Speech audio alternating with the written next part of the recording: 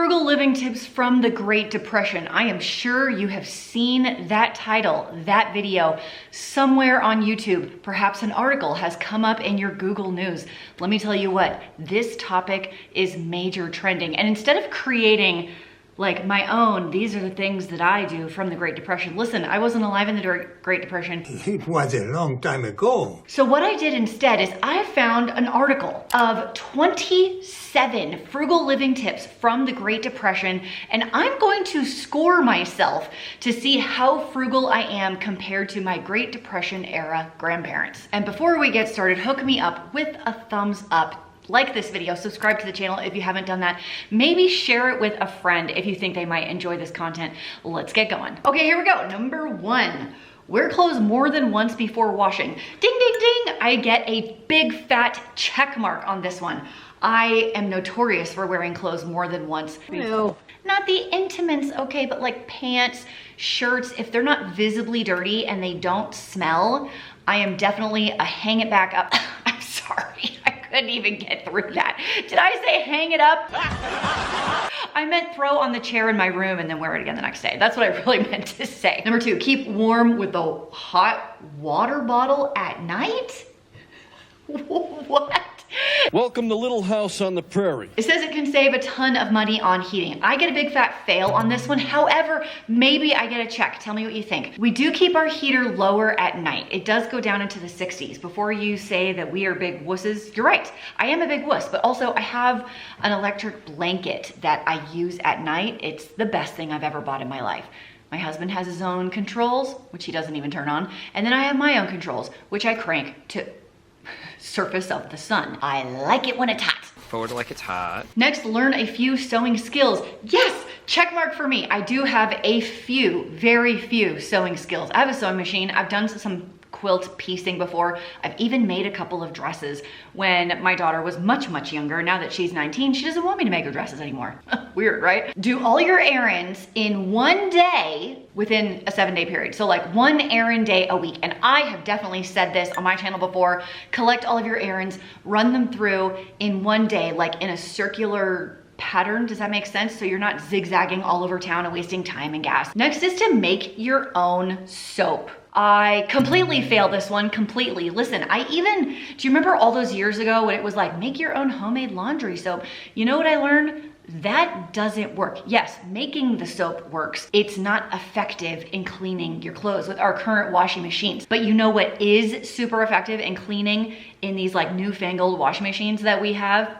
Earth Breeze. Thank you to Earth Breeze for sponsoring today's video. Let me tell you about them real quick. The Earth Breeze Eco Sheets, they look like dryer sheets, but they're not. It's actually laundry soap. Their flexible subscriptions can be self-managed, so you can adjust them, pause them, cancel them anytime without hidden fees or any extras. They come in the mail, they're delivered right to your door. They're awesome for people with sensitive skin, sensitive noses like myself. No plastics at all. You can plant the packaging in your garden and it will break down and become delicious soil for your vegetable garden later. The Earth Breeze little box it's this big, it's itty bitty, it's teensy weensy, whereas all of these bins and jugs and smelly things, they're enormous. We don't need any of that. They are hypoallergenic and dermatologist tested. They even have a fragrance-free option. And if you're worried at all about trying something you buy on the internet, they have a 100% satisfaction guaranteed or your money back. The most important part is that it's going to work. It's tough on stains, removes odors, so the only thing that you have to lose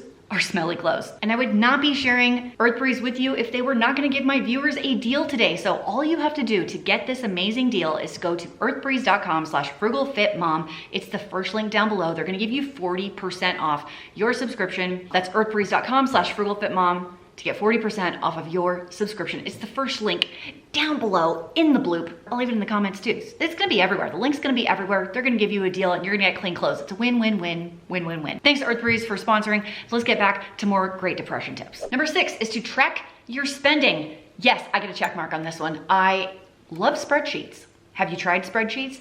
If you haven't, you don't know what you've been missing. I'm a nerd. I love to know all of the information. That's maybe a personality flaw of mine is I'm extremely nosy and I like to know all the things. I want to understand everything. And knowing what my budget is and my spending to the penny is part of that. And you can do it in any way that you want. There's free apps. You could use a piece of paper and a pen. You could use a calendar. You can use a spending journal. You could just create a spreadsheet on like a Google Sheets or an Excel spreadsheet. I mean, spreadsheets is where I excel. Ba-dum-ching.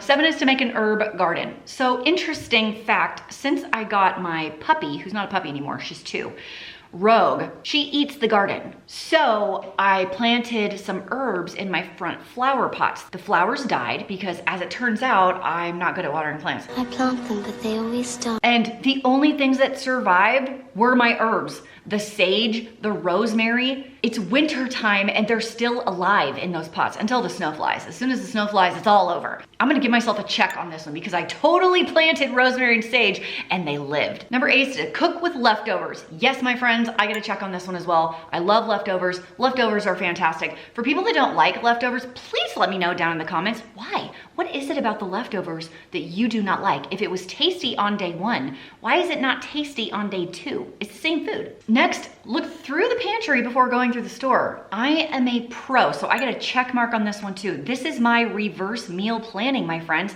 I have been talking about this concept on my channel for 7 years. Next is to purchase an entire chicken. What's super interesting about this these days is I don't feel that the entire chicken purchase is the best deal anymore, unless you're getting the $4.99 rotisserie chicken from Costco that is already cooked. The cheapest I've seen is around $8.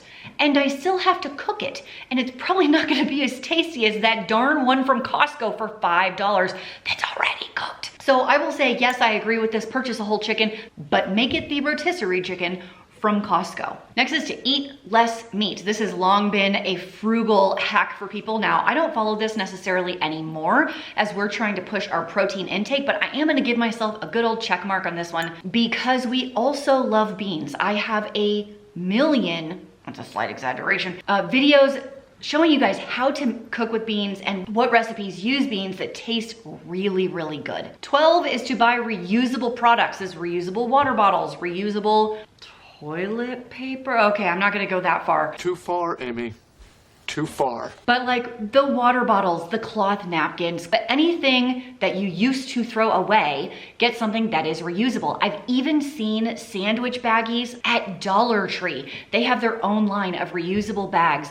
2 for $1.25. It's an amazing price. You don't have to spend $15 a bag anymore. Next is to start a vegetable garden. Like I said, I had a dog issue. You asked if I had issues, and I have issues. So we did it at my mom's house instead. Do I get points for that? What do you think? Invest in quality. Ooh, I am a big fan of this one. Give me a check mark on this one. Your solid wood dresser that's gonna last 30 years, your really high quality mattress, I feel like it's worth it. Buying some really high quality classic fashion pieces that will stand the test of time instead of fast fashion. Now, I do a little bit of both on that one because I really enjoy clothes. I love fashion, but I do invest in classic pieces. I have a black pencil skirt I have had since I had my daughter 19 years ago. I would like to say that it still fits. It's a little snug right now, a little. I'm still carrying around a little holiday weight. If I lost like 5 pounds, it would fit again. Upcycling furniture instead of buying furniture. My whole house is basically that. This table I'm sitting at right now was a used table from the Facebook Marketplace. My coffee table in my living room, I bought from my sister. I don't wanna talk about the story of the flying sectional from downstairs. Let's not get into it right now. Buying things secondhand. Well, we just talked about the furniture, so I'm gonna give myself a check on this one. Although I haven't been super impressed with my thrift stores lately. Mine have gone up in price by a lot, and when I go in, I find the quality to not be very good, unless you get a really, really nice one. Let me take that back for just a second. There is one in particular I am going to this weekend. I live really close to Jackson Hole, Wyoming, by the way, and we're going for my birthday. Happy birthday to me, by the way. I don't want to say by the way again. But basically, all the rich people go to Jackson to ski and then donate all of the expensive things they bought to this thrift store. So they have amazing stuff. I'm going this weekend, very, very excited. So I'm not gonna say all thrift stores are overpriced, but Goodwill is. Make your own cleaning products. I don't know what I should give myself in this one. I love bleach. I use vinegar and bleach and Windex and Comet, and those are like my cleaning products. They can clean essentially everything. They all smell good. Vinegar and bleach will kill all kinds of stuff. So is that making your own? I have very simple cleaning needs because I don't clean that much. Sarcasm. Share with your neighbors. I totally do this. I recommend this if you've never done this before. Borrow tools, share meals, roasting pans for holiday gatherings. Share that stuff. You don't need to buy all of the things. Learn how to store and preserve food. I've done a ton of videos on my channel on canning. They are much, much older. Much younger YouTuber Christine, a very bad camera. So actually, I don't know that I could recommend you go watch those. 20, learn to DIY around the house. This is a big one. I have a friend that hires everything out, including hanging a curtain. And the more you can learn to DIY, the less you have to hire out those skills. Use less electricity. I might not give myself a point for this one. However, I do live in an area where we use natural gas for a lot. I use natural gas for my heating, for my water heater, for my stove, and my oven is all gas. So my electric bills are actually quite low. But if you live in a place where you do use electricity for your air conditioner, for your lights and all those things, leave the lights off, you know, when you're not using them. Maybe turn your thermostat up a little bit so your AC doesn't run all the time. And if you're one of the people that have gone to solar, please let us know down in the comments your experience. This is a super interesting topic that I don't know a lot about because not many people in my area do solar because we have snow 6 months of the year. 22 is to relax by candlelight. Ooh, romantic. But they're not saying romantic. They're just saying it's easier on the eyes. Use candles to read before bed, maybe by dinner. I totally don't do that. But I'm kind of feeling like it's a really fun idea. I'm gonna put it on my list for date night next week. 23 is use less toothpaste. This is so interesting. Did you know you only need enough toothpaste that's like the size of a pea? I fail this one. I just like all the minty, sudsy stuff. I know that's not what's really making my teeth clean. It's toothbrush, but I just like it. I like all the foamy, cleany feeling stuff. It's totally in my head. 24 is to use things up before replacing them. I'm pretty good at this. Eat everything out of the fridge before I make more food. Clean out food that's in my pantry by cooking it for my family before going grocery shopping again. I feel like 25 was written for me, you guys. Go to restaurants less often. Since 2020, I personally have not had amazing restaurant experiences. The food doesn't feel as good. The service is definitely not as good. Prior to 2020, I still didn't do very much because we didn't have very much money to do it. It's very expensive for a family of 6. 26 is to entertain yourself for free. I get a check mark on this one as well. I do this a lot. We're big outdoorsy people. We love to go hiking. I got a secret for you. Hiking is walking.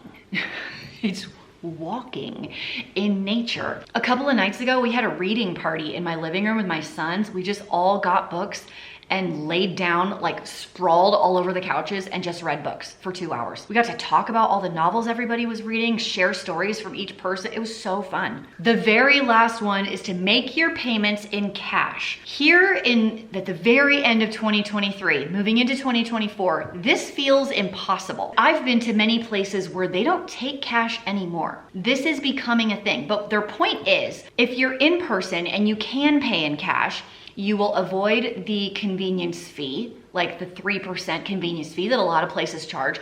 And if you're online shopping, they're trying to say don't. That like complete purchase, click.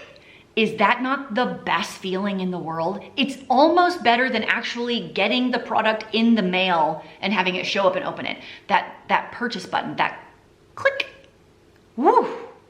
That is a rush, my friends. Now, I don't go completely cashless, but I'm pretty good with my impulse spending. So I might give myself a check on this one just because the times are a little different. Am I a frugal person compared to Great Depression era standards? Here's my score. Did I do it? I think I did. I think I did pretty well. How did you do? What was your score? Using some of these tips from the Great Depression can 100% save you money. Absolutely, hands down, no questions asked. Some of them, I might feel a little old-fashioned-y for today's times, but I think a good bit of them can still be applied today. Which of these tips was your absolute favorite, and do you have one that we didn't cover in this article? If you want to go check out the article or that awesome deal from Earth Breeze so you don't have to make your own laundry soap that won't work, That link will be in the doobly-doo below. Thank you so much for hanging out with me today. I'll see you in the next video. Bye.